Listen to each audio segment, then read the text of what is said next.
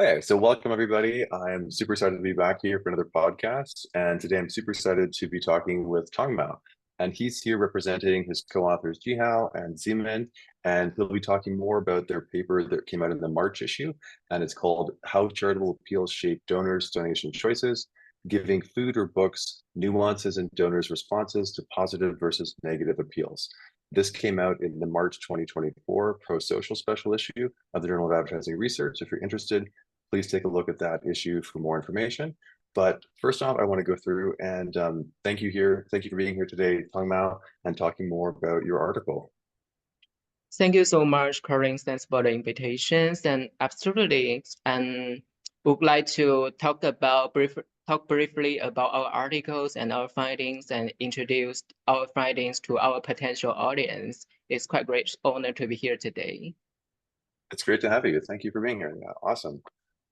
Okay, so to start us off, I recognize that probably, some listeners may not have gone through and seen the article or read the article yet. So could you give us kind of a brief summary of what it is you were investigating with the article, and then also what the findings were, that the major findings that you had that came through in your research? Absolutely. So our article divided into a very fascinating world of charitable giving, specifically how different charitable appeals in campaigns can influence donors' behavior. You can imagine this. You are watching a charity commercials and it shows the very heartbreaking image of hungry children needing help. Now another picture shows that the same children, but it is with a positive descriptions of how your donations can transform their life.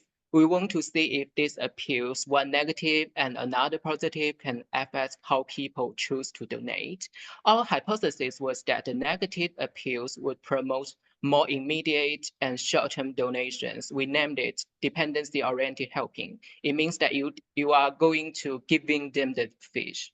While the positive appeals will lead to a long-term commitment, we named it autonomy-oriented helping. It means that you should teach them how to fish. And to test it, we conduct a series of field and online experiments with different course offerings and showing them this type of message, and we measure their actual donation behavior and willing to donate. Our finding was pretty clear. The negative charitable appeals like urgent and distracting image in this triggering more dependency-oriented helping behavior. On the flip side, the positive appeals, which highlights the long-term benefit, encourage people to commit to autonomy-oriented helping behavior. And this insight is very crucial for charities trying to optimize their fundraising strategies. By understanding how to tailor their message, they can better encourage donors and support their cause more efficiently. It is the main findings of our article stance. Okay, so interesting. So the key idea is that if they see somebody in need urgently, they're going to give a bit of money. But if they see somebody, they could potentially help over a longer term, they'll be more inspired to get more of a connection with the charity and to help them over a longer time. Is that right? Exactly. Okay, cool. And so like tell us more about like how you think that like advertisers can use this as well. Right. I mean, obviously, I guess they could tailor, their messaging and choose one of the two different approaches. But are there certain times or certain situations where they'd want to do this, or how will they know who's going to be most receptive to this? Like, tell us more about what you think the implications are for advertisers. Great questions. And our findings are incredibly relevant to the advertisers and the marketer. You can imagine you are working on a campaign and for disaster relief fund, and using negative appeals like showing the serious distractions can drive the quick donation. It is perfect for the scenario where the immediate actions is necessary, and like a natural disaster or emergency relief effort. And on the other hand, if you are promoting a long-term initiatives, for example, the programs for ongoing educations or community development, positive appeals are the way to go. And highlighting the benefits and the positive change donor can bring to the encourage the long-term commitment. Approach is more effective for building sustained support and loyalty. And let's take a real world example, maybe you are more interested in. the organizations like the UNICEF and the Red Cross often use the means of these appeals. During the emergencies, they focus on the urgent needs, and the distracting image can call to actions to drive immediate donations. For the long-term projects, they embrace the positive outcomes like the impacts of continued education or healthcare, encouraging donors to commit to a regular contributions. And also government agencies can also apply these insights in public awareness campaigns. For example, health campaign promoting the vaccinations might use the positive appeals to highlight the long-term health benefits, and that's fostering ongoing public support. Similarly, environmental campaigns can increase the positive impacts for the efforts against the climate change. Overall, I think our research provides a valuable findings for advertisers and marketers, and as well as the governments. By understanding the effect of charitable appeals, they can craft more effective and engaging campaigns, and finally driving greater impacts for their cause. Yeah. Interesting. Okay. So basically it just comes down to the timing of, do they want the money now or do they want the money over the longer term? Yeah. Interesting. Had you thought about, like, how they might potentially blend those two different effects together? It means the mixed appeals. The mixed appeals, sometimes we can see it, for example, in my home country, China, we usually saw them. Sometimes the children, they are crying, and then you describe the positive aspects that your donation can bring to them. I think it is a future directions for us to explore, because the mixed emotions or mixed donation, it is still complex and very very deserve for us to explore. Yeah. Interesting. Yeah. I almost wondered too if it's like they, if there's a disaster or something that happens, if they use the more urgent sort of like appeal, the more negative appeal to get people involved, and then potentially they swap to, talking more about what it's doing and things like that. Maybe they already do this. I honestly don't know as much about the particular approaches, but is that something you already see charities doing, where they start off with one type of appeal and then they transition to a different one over time, or? Correct. Maybe they have the mixed appeal may have different influence on different kind of donation behavior. Currently, we not only focus on whether people to donate or not, we also focus on how they donate the money, how they distribute. Yeah. Oh, interesting. Yeah. So a big question I always am interested in is, like, where did you get the idea from? Like, have you been interested in charities and donations for a long time, or is this something that your co-authors were excited by, or like, where did the idea come from for this? Yeah. Interesting questions. And the questions for this article came from a couple of sources. First, a very casual chat with friends who work in a Chinese charitable foundations sparked the idea. She was talking about their websites where the donors can make contributions focusing on long-term educations for the rural primary school students in China. And she mentions their struggle to attract more attentions and commitment from the donors for such a long-term initiatives, because the projects must last for more than 10 years. It's a very Oh, long-term wow. project. Yeah. Yes. It's very long term. So Yeah. this got me thinking about why donors have different levels of interest in short-term versus long-term courses. And it is a very practical problems that many charitable organizations face, and I want to explore it further. On a personal level, one of my current research interests is using behavioral nudge to increase the prosocial behavior. I'm fascinated by how subtle change in the messaging can significantly impact people's actions and decisions. So I started discussing the idea with my best friend, Harry. Harry is the first author of this paper, because we have some experience to work with the charitable donations before. Oh, Yeah. cool. Yeah. Yeah, it is why we can conduct the first study, the field study. It is work with the charitable foundations in China, and then we do the real donations to collect the participants' response. We realized that the charitable appeals may be one of the key factors to understand and address the challenge. So we continue this work and then conduct several experiments to test our hypothesis. It is the way we get the idea and develop the article. Yeah. Oh, that's very neat. That's awesome. Yeah. I'm always curious as well too, and something that I'm passionate about on the podcast is asking about any challenges that you might have encountered while doing a paper.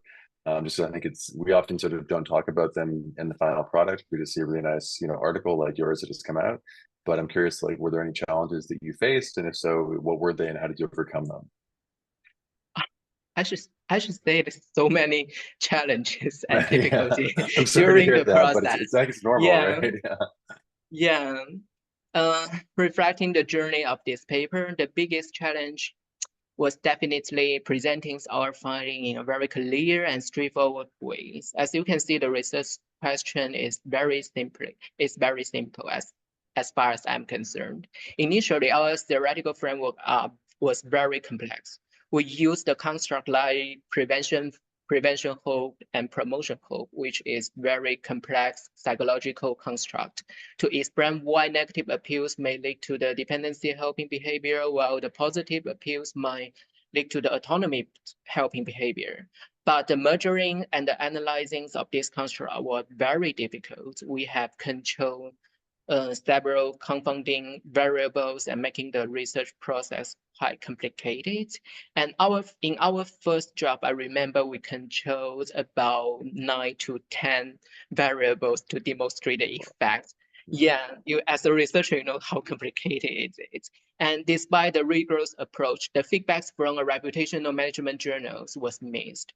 We used to submit to a journals, and the journal is very decent journals in management. One reviewer appreciated the idea and the methodology and granting us a minor revisions in the first round. But another reviewer directly rejected it because he said it's too difficult to understand your article. Yeah. Oh wow, yeah. I Yeah, mean, to and be then honest, I've had that too. So it happens, right? yeah, and the area editor invited the third reviewer to provide and I think the third reviewer provided a major revision based on the feedbacks, but the paper was finally rejected. And the rejected was disappointed, but also very enlightening. It makes us realize that while our initial construct was theoretically sound, but their complexibilities may make it challenging to communicate to our findings very effectively. So we have to simplify our theoretical framework. We rerun 3 experiments. We only have 4 experiments in the final versions, but initially we run 5 experiments and we run 3 for the submission to JAR. And then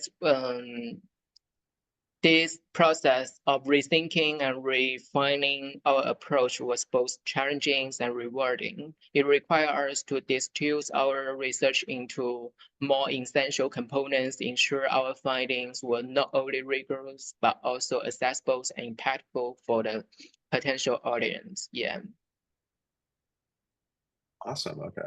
And yeah, it sounds like quite the process. I mean, but I think that's, to be honest, it happens a lot, right? That it can be quite challenging to get it. This is why we see such nice, polished articles coming through at the end, like yours, right? Yes. So final question as we round out here is where to next, right? So where do you think either you or perhaps other researchers interested in this topic after reading your article might research next? Yeah, I think my research interests will continue to focus on prosocial behavior, and there are several promising directions for further exploration. One of my current project examines how contribution framing can enhance the efficiencies of cost-related marketing. We change the price framing. For example, in the traditional cost-related marketing, they will frame the pricing as that. If you purchase a bottle of water, and then the company will donate $1 to the cause, and then we found it will hurt the consumers' confidence and their personal role in the donation. So we change. We ask, for example, the price of this water, it is $5, and then we will ask you to donate extra 1 yuan, $1 to the to the charities, and then you can encourage consumers to engage in the pro-social campaign. Another project, we investigate how to disclose donor names, how disclosure of donor names may influence their allocations of donation budget. Very initial but very interesting finding is that when you disclose the donor's name, they are more likely to donate to one person. And then if you ask them to make the donation anonymously, they're more likely to distribute their money to more recipients. And this study aims to understand the impact of public recognitions of donation behavior, exploring whether how naming donors may affect their willingness to contribute and the amount they choose to contribute. Yeah, and through That's this interesting. and yeah. Through this and other projects, I hope to contribute to both academic knowledge and as well as the practical charitable practice. Because by providing behavioral insights, we can develop more effective strategies to encourage charitable givings and benefit society as a whole. Yeah. Awesome. Well, thank you so much for doing the neat research that you do, Tong Mao, and for being on the podcast today. It was really interesting learning more about your article. Yeah, thank you so much, Corey. Yeah, cool. Have a great rest of your day, and thank you again for being on. Yeah, have a good day too.